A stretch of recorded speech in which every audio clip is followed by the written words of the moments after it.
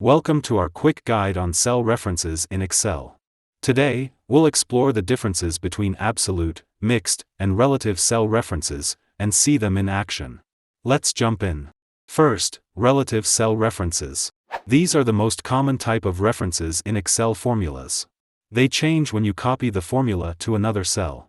For example, if you have a formula in cell D2 that says B2 plus C2, and you copy it, references will change in this other cells. Enter and copy down. Now, when I double-click on this cells, where our formula is copied, we can see that cell references are moved with our formula, and this is because they are relative to formula's position. Next, absolute cell references.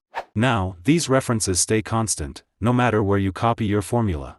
In this example, we want to multiply these values with our bonus percentage, to see what is the bonus amount in dollars for each employee.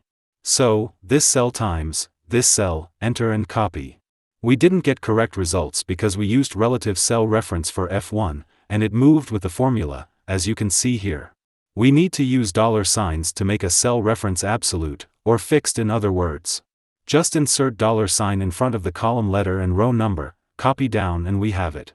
Now this part in our formula will always refer to cell F1, even if you copy the formula to another cell. And finally, mixed cell references. They are a combination of absolute and relative references. You can fix either the row or the column. For example, we want to assign one bonus for January and one for February.